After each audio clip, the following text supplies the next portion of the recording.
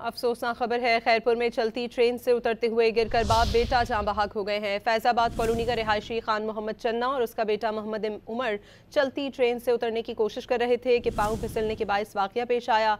Police ने लाशों को कानूनी कार्रवाई के बाद वरसा के हवाले कर दिया है। अफसोसनाक खबर है, खैरपुर में चलती ट्रेन से उतरते हुए गिरकर बाप बेटा जाँ बहक हो गए हैं। फैजाबाद कॉलोनी का रिहायशी खान मोहम्मद चन्ना और उसका बेटा मोहम्मद उमर चलती ट्रेन से उतरने की कोशिश कर रहे थे कि पांव फिसलने के बायस वाकया पेश आया। पुलिस ने लाशों को कानूनी कार्रवाई के बाद वरसा के हवाले कर दिया है। अफसोसनाक खबर है, खैरपुर में चलती ट्रेन से उतरते हुए गिरकर बाप बेटा जाँ बहक हो गए हैं। फैजाबाद कॉलोनी का रिहायशी खान मोहम्मद चन्ना और उसका बेटा मोहम्मद उमर चलती ट्रेन से उतरने की कोशिश कर रहे थे कि पांव फिसलने के बायस वाकया पेश आया। पुलिस ने लाशों को कानूनी कार्रवाई के बाद वरसा के हवाले कर दिया है।